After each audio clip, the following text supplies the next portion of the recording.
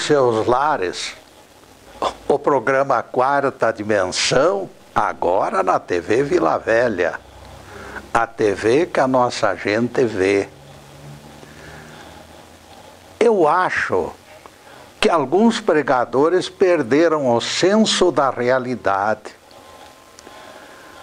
Eles se dizem tão afinados com a palavra que se atrevem a determinar direitos e reivindicar benesses que consideram merecidas.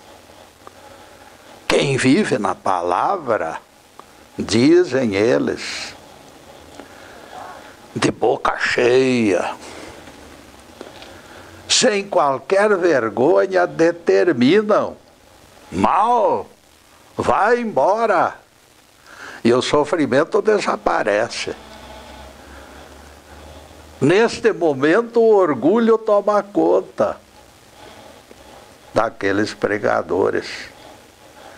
Quem os escuta soberanos, repreendendo dores de cabeça e enxaquecas, os confunde com anjos do sétimo céu. As figurinhas se julgam merecedoras de todos os créditos. Eu lembraria para estas vestais que se consideram impolutas apenas única frase de Jesus. Também vós, diz o Mestre, quando fizerdes tudo quanto vos foi ordenado, dizei: somos servos inúteis. Nada fizemos além da nossa obrigação. Lucas 17, versículo 10. Vejam que o compromisso assumido aponta a obra completa. Não se fala em recompensa, e o tarefeiro deve se considerar servo inútil. Cuidando da imagem e do som, contamos a presença de bons amigos. Com equipe deste gabarito na boleia, o resultado será esplêndido.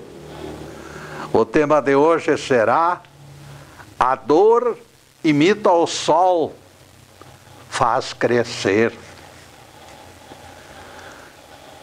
Quando Jesus diz: inteligentes como serpentes, todos ficam ligeiramente confusos. Serpente combina com velhacaria, não esqueçam. Foi serpente no Gênesis o símbolo do obsessor de Adão e Eva. Estamos diante de espada perigosa. Sua lâmina afiada corta deste e do outro lado, não permitindo defesa ao desprevenido oponente. Demorei, mas entendi a recomendação de Jesus. Existem serpentes e serpentes. Algumas com S maiúscula, outras com S minúsculo. Da mesma forma, nós evoluímos em esteira dupla. Inteligência de Lúcifer, não confundo com aquele Satanás ridículo. Inteligência de Lúcifer porta a luz, antecipando o clarão de Logos. Logos, Cristo. Claridade esmaecida da estrela d'alva versus o sol do meio-dia. Não esqueçam que as palavras de Jesus pertencem ao ramo esotérico com S, não com X. Eis que vos envio como ovelhas para o meio de lobos. Sede, portanto, inteligentes como serpentes e simples como pombas. Palavras de Jesus em Mateus 10, versículo 16. A imagem se torna chocante. Ovelha no covil de lobos significa massacre. Isto aí será sugestão masoquista? Pergunta o Crispim dos Anjos atônito. Nem pensar, Crispim. Os mártires entoavam hinos quando os imperadores romanos soltavam as feras. O nosso rabi gozava de todos os direitos quando lhes encomendava tarefas complicadas. É mais didático e fácil de memorizar. Quanto ao masoquismo, não se iluda, Crispim. O cristão sempre foi mais forte do que seus opressores, mesmo durante as mais violentas perseguições. Simples ovelha, identificada no Evangelho, é poderosa. Estevão provou esta nossa afirmação, caminhando tranquilo ao encontro da morte. Ele estava com Deus, que mais faltava? Não importa o que acontecerá depois, quem se encontra ao lado do Pai Eterno concluirá seus trabalhos numa esteira de sossego e paz. Aquela sim é verdade. Alguém morreu no campo de batalha da fé? Glorifiquem o herói, pois apenas o seu corpo foi destruído. De outro lado, seu espírito se ergueu, feliz e vitorioso. Ninguém esqueça que só a vida espiritual é perene. Não será porque Isaías foi cerrado ao meio que nós iremos duvidar das promessas do Altíssimo. Aqui se encontra o abismo que separa os espiritualistas daqueles que divulgam imortalidade do corpo físico. Ninguém perca tempo esperando amuletos para que corpos se tornem eternos. Isto é balela. Se Deus deixou morrer Abel praticamente a poucos passos dele e não interviu, não se justificam excessivas expectativas e aleluias fora do contexto. Se Deus permitiu que Isaías fosse cerrado ao meio, se Deus calou quando Herodes cortou a cabeça de João Batista, eu pergunto, será que nos transformaremos em figuras de cristal quando filiados à religião e seremos escondidos no interior de redoma? Ninguém esqueça que Estevão foi apedrejado. Promessas de só vitória, eu considero estelionato. Essas frases que apontam figurinhas inacessíveis ao perigo, como joias em cofres de joalherias, precisam ser devidamente interpretadas. Tem havido chacinas atingindo pessoas inocentes. Balas perdidas têm alcançado romeiros concentrados em orações. No dia 22 de novembro de 2010, aconteceu algo em São Paulo constrangedor. Jovem de 16 anos ao lado da mãe, rezava no túmulo do pai, quando foi atingida por bala perdida. Este fato ocorreu em Guarulhos, São Paulo. Tão graves foram os ferimentos da moça que quando ela chegou ao hospital, os médicos concluíram que ficaria paraplégica se fosse curada. Aqui se encontra algo que precisaremos colocar em pratos limpos. Aquela jovem orava quando foi atingida. Dá para entender que esta doutrina de só vitória não é bíblica. Essas promessas têm proporcionado frases bonitas, empolgação, conversões e crescimento de ofertas, mas a falsidade delas é notória. Pregadores selecionam este lado cor-de-rosa da Bíblia e exibem o melhor dos mundos. Tudo está perfeito para quem possui carteirinha de cristão e contribui para igrejas. O contribuir é que é o mais importante. E repetem a senha tantas vezes declamada. Cairão 1000 ao teu lado e 10.000 à tua direita, mas tu não serás atingido. O Salmo 90 é verdadeiro maná que eles nunca esquecem. Será que a Bíblia está se contradizendo? Interroga o João das Farinhas. Afinal, se Jeová tem sido tão cuidadoso com os protegidos do Salmo 90, por que deixou serrar em Isaías pela cintura? É pergunta válida.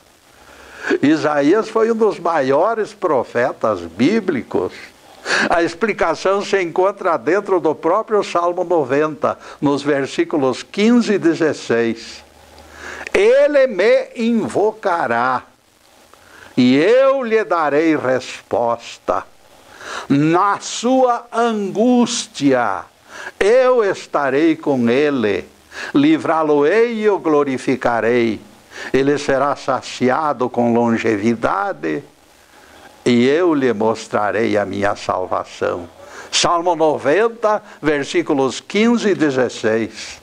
Quando a aflição toma conta do ser humano e não existe consolo, quando o sofrimento é maior do que tudo, e a pessoa não está preparada para enfrentá-lo, Deus toma lugar e defende o infeliz.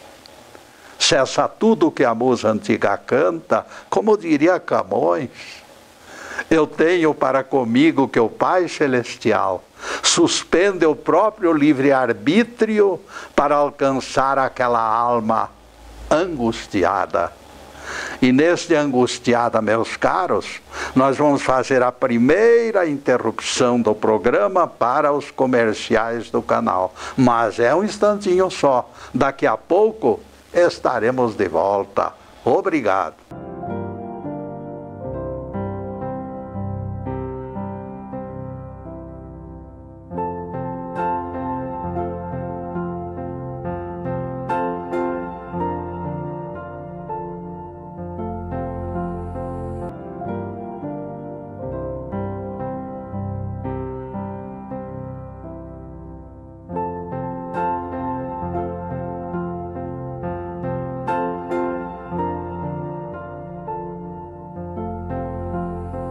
Já estamos no segundo bloco do programa Quarta Dimensão. Por gentileza de bons amigos, nosso site está na telinha e convidamos vocês para visitá-lo. Você sabia que a maioria das palestras do Getúlio no YouTube 1 e 2 podem ser acessadas através do site? Após localizar quaisquer das páginas Getúlio no YouTube 1 ou 2, você clica num dos títulos e assiste a exposição de imediato. Com alegria e agradecimentos a Deus e aos telespectadores, divulgamos os inúmeros acessos até julho, 15.890. E agora há pouco o Fernando aí me deu uma notícia. Está subindo, está crescendo a visualização do programa aqui através deste canal que nós estamos gravando. Para alguém com estrutura modesta, composta de solidário, mas pequeno grupo de amigos que ajudam, eu fico feliz com os resultados. Ninguém imagina o tamanho do meu agradecimento. Nesta altura pedimos atenção para aviso. Este canal está sendo transmitido também pelo facebook.com TV Vila Velha. No que me concerne, agradeço a audiência. O Quarta Dimensão é gravado nos estúdios Fernando Martins e todo o seu conteúdo é transmitido ao vivo na hora da gravação, meus amigos, pelo Facebook Live TV Ponta Grossa. Também nos animam os níveis de audiência, como falei há pouco. Parabéns ao Fernando e o nosso agradecimento pela valiosa cooperação. E também ao Everton e ao Zube, o nosso agradecimento. Todos eles formam uma equipe homogênea, bastante eficiente. E continuaremos a análise do tema. A dor imita o sol, faz crescer. Quando alguém deposita o fardo do orgulho aos pés de Deus, e se humilha, e suplica ao Ser Supremo que o livre, Deus excede na misericórdia, porque Deus conhece o aflito, e é o aflito que recebe todas as proteções divinas. Longevidade, saúde e até prosperidade podem se tornar cestas básicas, trazidas pelas mãos dos anjos. Não existe limite para o socorro do alto quando o Senhor se dispõe a colocar a sua mão sobre a cabeça do aflito. Veja o que diz o Salmo. Ele te livrará do laço do passarinheiro e da peste perniciosa. Cobrir-te-á com suas penas e sob suas asas estarás seguro. Salmo 90, versos 3 e 4. Nestes momentos, Deus está com suas mãos abertas, espalhando dádivas, porque acima de todos os carismas de Deus, acima deles, se encontra a condição do Pai, que é padrinho dos aflitos. Quando os olhos divinos enxergam criaturinhas gemendo e chorando diante da tempestade, incapazes de vencê-la, o Senhor se transfigura e a tempestade se afasta. Ele derrama proteção sem medida. Este é o espírito do Salmo 90. Não é para encher barriga de preguiçosos, não. Nenhum mal te sucederá, praga alguma chegará à tua tenda, porque aos seus anjos dará ordens a teu respeito, para que te guardem em todos os teus caminhos. Salmo 90, versículo 11. A ovelha tosquiada pelo proprietário, que lhe arrancou toda a lã num inverno forte, receberá enternecida proteção. O Pai Eterno vigilante afasta o vento para que a pobrezinha sem agasalho sinta menos frio. O leão, ao contrário, meus amigos, criado com patas e garras e dentes afiados, terá que fazer seu dever de casa por conta própria. Ninguém se atreveria a invadir seu caminho. O leão não se encontra na categoria de aflito. Ele sempre foi demasiado orgulhoso e apetrechado para implorar arrego. A pequena lebre desprovida de tamanho e garras, porém, requer assistência divina. Deus cuida dela pelas suas carências, pela sua aflição. Os aflitos e angustiados são lebres no reino de Deus, meus amigos. Elas são almas frágeis, especialmente monitoradas pelo Altíssimo. As lebres, em termos humanos, são símbolos de espíritos recém-criados pelo Pai Celestial, inexperientes e vulneráveis. Sem querer generalizar, são beneficiários naturais do Salmo 90. Deus espera, porém, que os carentes o procurem. É necessário dar o passo ao encontro de Deus. Para que o Pai Celestial atenda, será necessário buscá-lo. Ele me invocará e eu lhe responderei, condiciona o salmista. Pode até ser passo vacilante, mas o primeiro passo tem que ser dado pelo necessitado. Será preciso avançar para materializar a bênção. Sua bênção, papai, era a saudação matinal ao chefe da família, lá na minha casa de infância, me lembro bem. Na minha casa de infância, a cena se repetia ao encontro com o nosso pai terreno. Eu e meus irmãos o rodeavam como pássaros ruidosos. E papai colocava as suas mãos sobre nós e nos abençoava. Da mesma forma, será preciso lembrar Deus pela manhã. Contrição e humildade é tapete vermelho estendido para o Pai das alturas. É forma expressa de gratidão. Embora sem garantia de total afastamento do sofrimento, por culpa de outros imponderáveis, meus amigos, esta disposição agradecida ajuda. A prece matutina representa enorme chance de tranquilidade durante aquele dia, porque nós aparecemos com destaque no portal da eternidade quando fazemos a prece. Deus nos enxerga.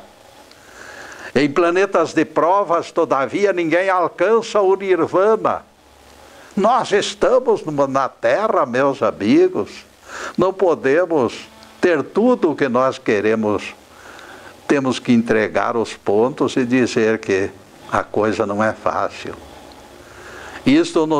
Se nós tivéssemos tudo nas mãos, esta faculdade nos tornaria soberbos. Pela falsa presunção de corpo fechado. Eu tenho o corpo fechado. Tem nada, ninguém tem corpo fechado, coisa nenhuma. Não vale a pena apostar na descoberta de receita infalível. Deus costuma resistir aos pretensiosos. A vontade dele está acima de qualquer avaliação da parte dos mortais. Seus desígnios, meus caros, são insondáveis. Sua vontade não obedece parâmetros. Imagine se vai obedecer certas criaturinhas aí que se dizem seus representantes. Deus não pede licença, como eu fiz uma palestra já. Rabino judeu chamado Harold Kirchner abordou este lado incompreensível das suas relações com Jeová. Por que Deus permite o sofrimento? Perguntou. Seu filho Aarão, criança inteligente e alegre, com 3 anos de idade, foi condenado pelos médicos a morrer na adolescência. Aquele menino interessado em viver sofria a enfermidade chamada progéria, causadora de envelhecimento precoce. A pessoa nasce e começa a envelhecer. Aarão não ultrapassaria 90 centímetros de altura, não lhe cresceriam cabelos, e ele, ao morrer no início da adolescência, imaginem só, no início da adolescência ele teria o rosto de um velho. Harold não se conformava com o castigo que considerava injusto. Ele chamava aquilo de castigo. Experimentei profundo sentimento de frustração e revolta, diz o rabino. Como se explicaria tamanho golpe desferido contra alguém que sempre fora servidor fiel? Mesmo que eu me sentisse culpado involuntariamente por algum deslize, ainda assim seria difícil aceitar Afinal, Aaron não passa de uma criança. Foi a conclusão do rabino desconcertado e confuso. Por que aquela criança teria de suportar a dor física e moral todos os dias de sua curta vida? A pergunta básica do rabino era esta: qual a razão de que Deus seja insensível ao sofrimento das pessoas boas quando lhes corta o acesso aos prazeres da vida? O rabino lembrou o fato que acontecera na comunidade. Casal distinto mantivera a filha na universidade. Moça inteligente de 19 anos, herdeira única. Ela era prestativa e estudiosa. Certa manhã os pais foram surpreendidos. A moça fora vítima de mal súbito e morrera logo em seguida. Lamento muito, dissera o diretor da faculdade. Harold foi visitar o casal e estranhou que eles se julgassem culpados pela morte da filha. Continuaremos neste mesmo assunto no bloco próximo, meus caros, porque agora nós vamos fazer mais uma pequenina interrupção no programa para os comerciais do canal. Mas é um instantinho só. Daqui a pouco estaremos de volta. Obrigado.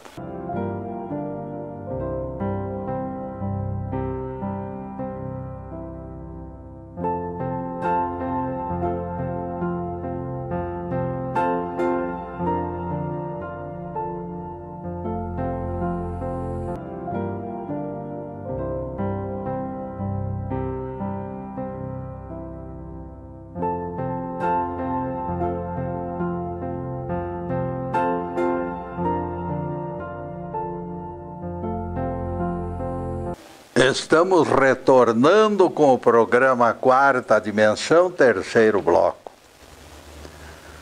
Esquecido que o próprio Jesus ordenara trabalho no sábado, pregador tentou validar o descanso obrigatório, usando palavras de Jesus. Se me amais, guardareis os meus mandamentos. João 14, verso 15.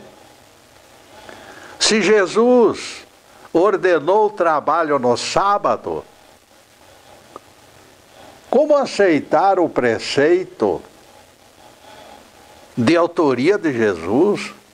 Ele ordenou o trabalho no sábado, seria incoerência.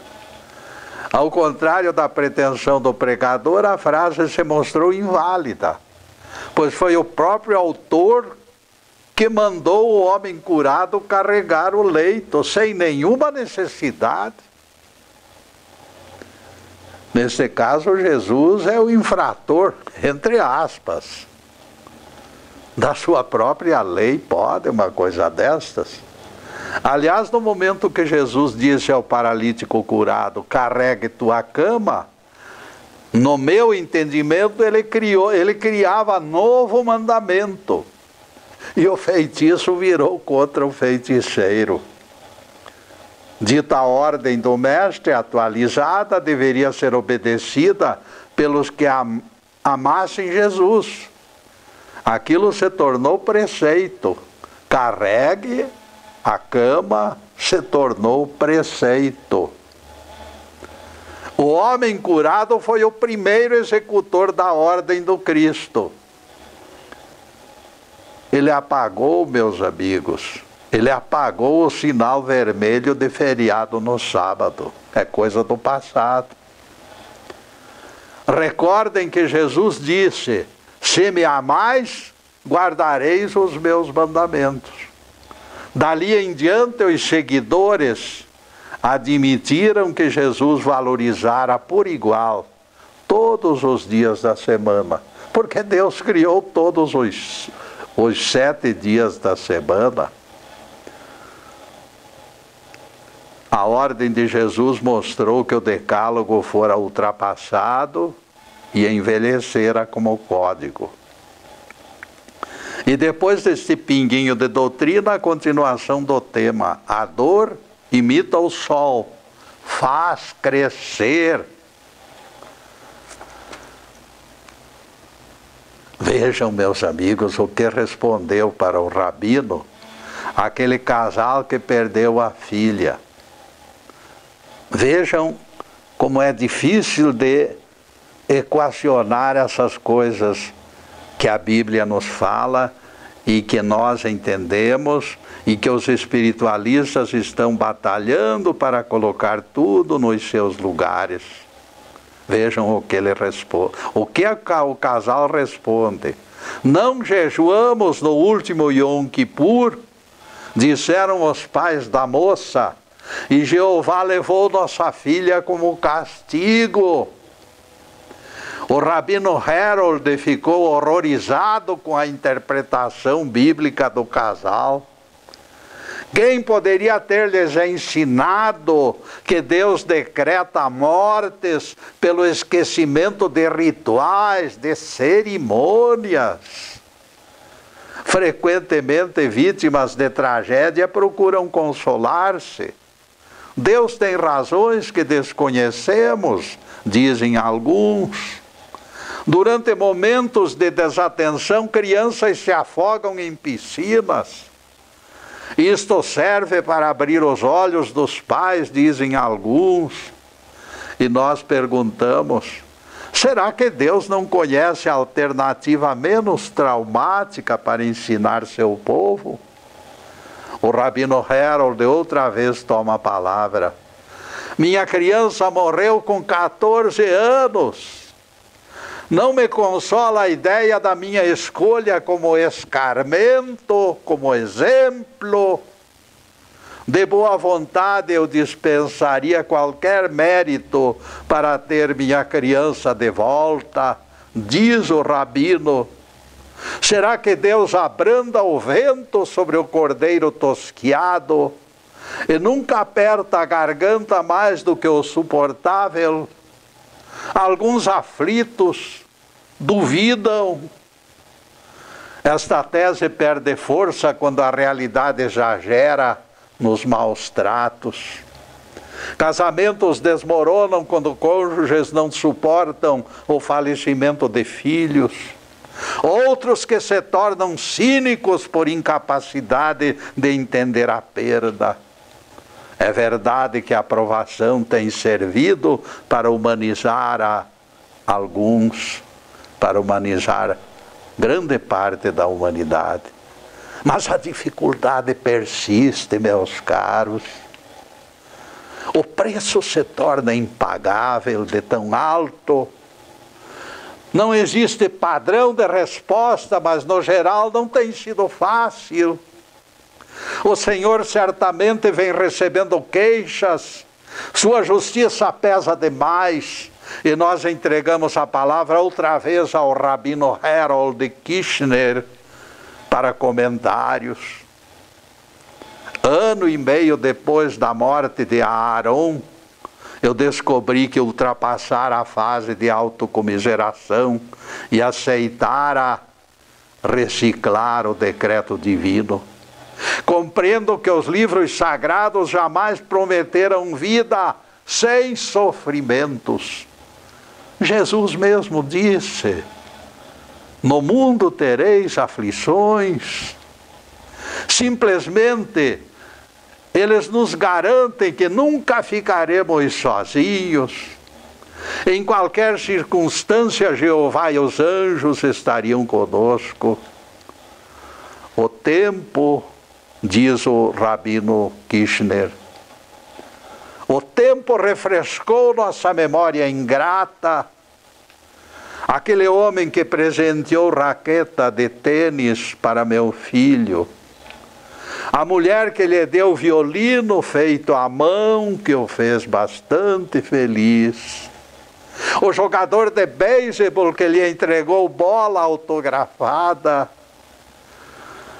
as crianças que não enxergaram suas limitações e o aceitaram nos seus folguedos. Deus serviu-se de todas essas pessoas para mostrar que não estávamos sozinhos, que ninguém está sozinho. Do mesmo modo eu acredito, disse o rabino, Aarão foi exemplo, não pelo fato de estar doente, não, mas pela maneira com que aceitou a provação. Seus colegas e amigos ficaram certamente edificados quando vivenciaram sua coragem e a sua paciência. Por outro lado, eu e a mãe de Aarão também tivemos oportunidade de espalhar alguma coisa boa. E alcançamos ponto definitivo de entendimento. As adversidades que nos atingem não têm significado próprio. Tal sentido deve ser encontrado no enfrentamento delas. Este é o aspecto fundamental. Estamos sendo experimentados por Deus. Planeta repleto de injustiça, a crueldade, e bastante crueldade, meus caros, onde graçam epidemias, terremotos e acidentes, teremos que considerá-lo escola. Se alguém conserva o ânimo superando desilusões, isto demonstra amadurecimento. Resistência é forte presságio de vitória. A ordem do mestre foi taxativa. Eis que vos envio como ovelhas para o meio de lobos. Jesus não nos enganou, meus amigos. Tudo que se disser fora disso será falso. Teremos que enfrentar lobos, dificuldades, doenças e morte. O caminho estreito não pode ser avenida asfaltada. Contrariando o caminho estreito, a quem aponte o maligno como produtor de desgraças, Deus me livre desta ideia macabra. Deus queria que o homem não tivesse problemas, mas surgiu Satanás e estragou a festa. Que coisa horrível! Se isto fosse verdade, tudo estaria resolvido na mente dessas pessoas. Acontece, porém, que isso não é doutrina bíblica. O próprio Jeová afirma: eu sou o Senhor e não existe outro. Eu modelo a luz e crio as trevas. Eu faço a felicidade e produzo a desgraça. Sou eu, o Senhor, que realizo todas estas coisas. Isaías 45, versículos 6 e 7. Vejam que não sou eu que estou dizendo, é Isaías. Deus é o produtor do mal, porque o mal é necessário também para dobrar a nossa maldade. Deus é o criador também das trevas, porque só Ele tem poder. E aqui cai por terra esta figura maligna de Satanás, coisa horrível. A Bíblia joga por terra esse Satanás poderoso dos teólogos. Também o Salmo 61, verso 11, nos diz que todo poder pertence a Deus. Se todo o poder pertence a Deus, Satanás vira pó de traque. Sem poder ele é zero, ele não existe. Todo desequilíbrio não é de Satanás coisa nenhuma, todo desequilíbrio é coisa nossa. São os nossos erros, a nossa vaidade, o nosso egoísmo que produz tudo que existe de mal sobre a terra. Toda a tentação é forjada em nossa mente, pela nossa inteligência fraca. Quando ainda labora no plano horizontal, o ser humano é complicado. A complicação é forte componente do sofrimento. A ciência que labora no âmbito da serpente rastejante produz venenos e ainda não aprendeu a fabricar antídotos. Quando Jesus censurou Marta por queixar-se do volume dos seus trabalhos, Ele não estava recomendando preguiça, meus amigos. Ele recriminava Marta pela desordem da sua mente. Marta, Marta, andas inquieta e te preocupas com muitas coisas. Lucas 10, verso 41. O problema não se encontrava no apego excessivo de Marta ao trabalho. Ela sofria por desprezar a visão mística da irmã, onde tudo é claridade, tudo é luz, tudo é entendimento. Marta escolher a melhor parte, Maria escolher a melhor parte, diz Jesus. No dizer do nosso Rabi, meus amigos, e aquilo não lhe poderia ser tirado. E neste ponto, meus caros, nós vamos fazer mais uma pequenina interrupção no programa para os comerciais do canal, mas é um instantinho só. Daqui a pouco estaremos de volta. Obrigado.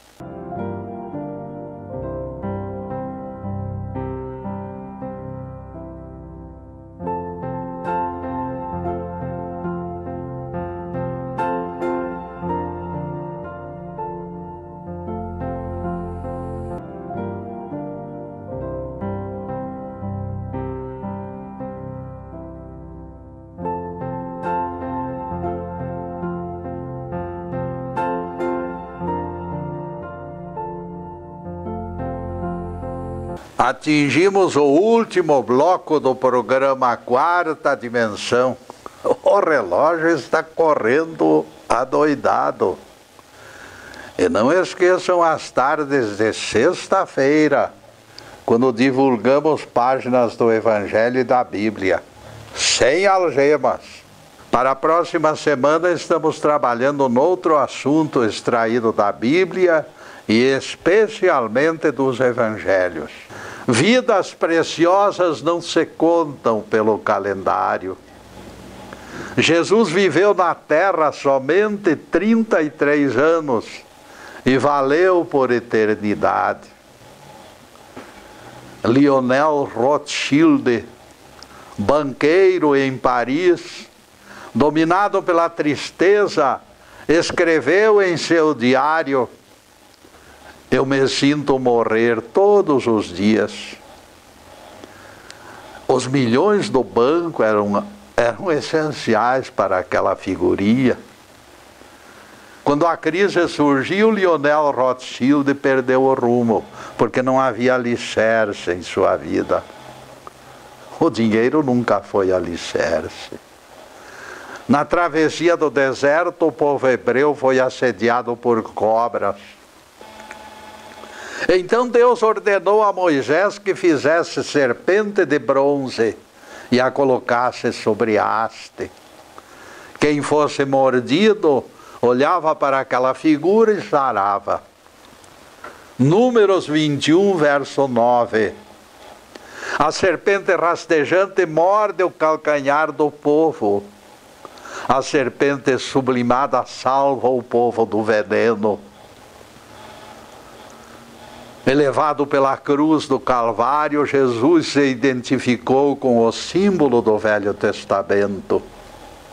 O Cristo é a serpente exaltada que nos salvará das mordeduras da outra serpente.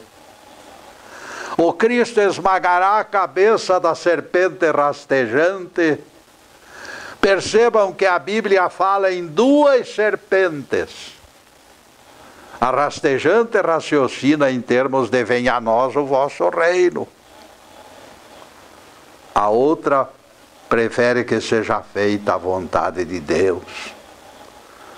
A venenosa é egoísta, a elevada é altruísta. No momento que o nosso Cristo interno esmaga a cabeça da inteligência velhaca, dentro de nós, a inteligência do bem nos consola e salva. As mordidas no calcanhar são as tentações que assaltam todo aquele que se dispõe a mudar de vida. A lei do Gerson de levar vantagem descola com facilidade pelo poder do Cristo. A serpente rastejante dominará até que sua cabeça seja esmagada pelo poder do alto. O próprio Jesus teve o seu calcanhar castigado no deserto, quando travou o combate com as inclinações da sua mente carnal, porque Jesus disse que a carne é fraca. Quando Jesus disse a Pedro, vai para trás, Satanás, ele identificara o apóstolo subjugado pelo poder da sua mente egoísta. Pedro avançara ao sinal vermelho. O apóstolo Simão Pedro ameaçou comandar as decisões de Jesus. Imaginem vocês o atrevimento do apóstolo. Nada de crucificação, meu mestre. Recomendou Pedro, importante, todo cheio de galas. Gozar a vida é tudo. E tudo numa boa. Na mesma hora, Jesus acabou com a farra. Vá para trás, Satanás, disse Jesus. Esta manifestação da inteligência rastejante de Pedro foi tentativa de se posicionar na dianteira do Cristo. Por isso Jesus disse, vá de retro, vá para trás. O mestre não estava prevenido, o mestre, porém, já estava prevenido e vacinado contra aquela atitude.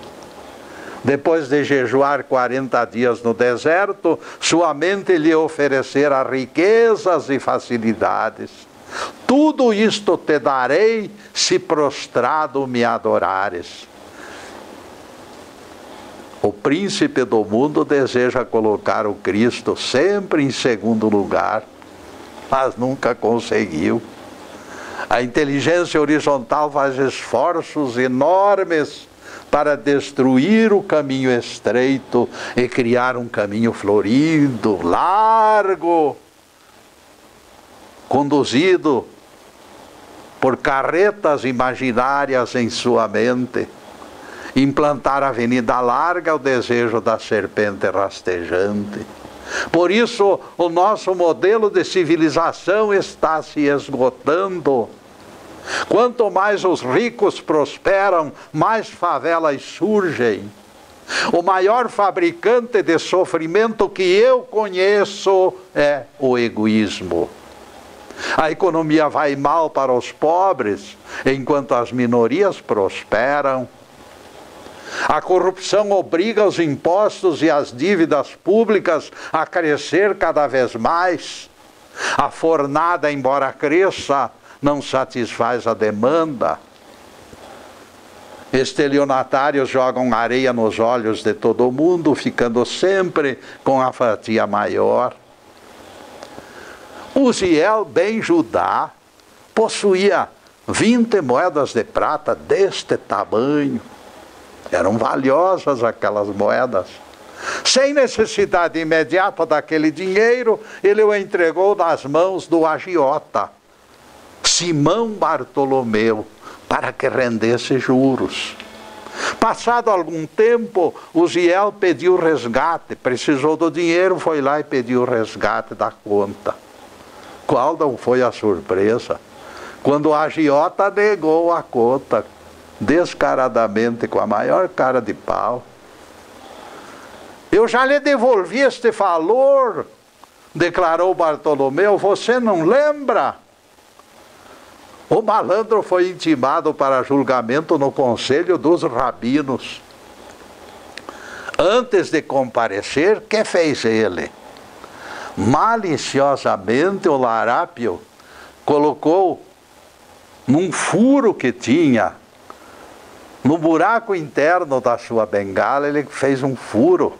E lá ele colocou as 20 moedas para se ficar bem com Deus, ele ia jurar. Na hora do juramento, Bartolomeu pediu a Uziel que segurasse a bengala por instantes, para que ele ficasse mais livre nos movimentos. Então ele declarou solenemente, juro pelo sagrado nome de Jeová, que as 20 moedas já foram entregues nas mãos do depositante. Indignado pela falsidade, Uziel bateu com tamanha força aquela bengala na laje que as moedas se espalharam por toda parte. A justiça divina não falha. O velho rabino limitou-se a dizer sorridente que retornem todas as moedas ao legítimo dono. A sentença perfeita cortou as garras do larápio. Tribunal mais alto julgara com acerto. Louvado seja Deus. Que o Senhor nos abençoe e nos guarde. Que o Senhor faça resplandecer o seu rosto sobre nós e tenha misericórdia de nós. Que o Senhor sobre nós levante o seu rosto e nos dê a paz. Louvado seja o nosso querido Deus Pai. Louvado seja o santo nome de Jesus, o nosso Cristo. Obrigado, Deus. Obrigado, Jesus. E para vocês, meus amigos, além desta câmera, nós estamos pedindo ao Pai Celestial com toda a força, com todo o carinho, com toda a boa vontade. Nós pedimos, meus amigos, as bênçãos de paz, de harmonia, de saúde, de tranquilidade, de tudo que for de melhor. Mas acima de tudo, meus amigos, que todos conservemos amor no coração, porque o amor é o rochedo da graça divina. Muito obrigado, meus amigos, e boa noite.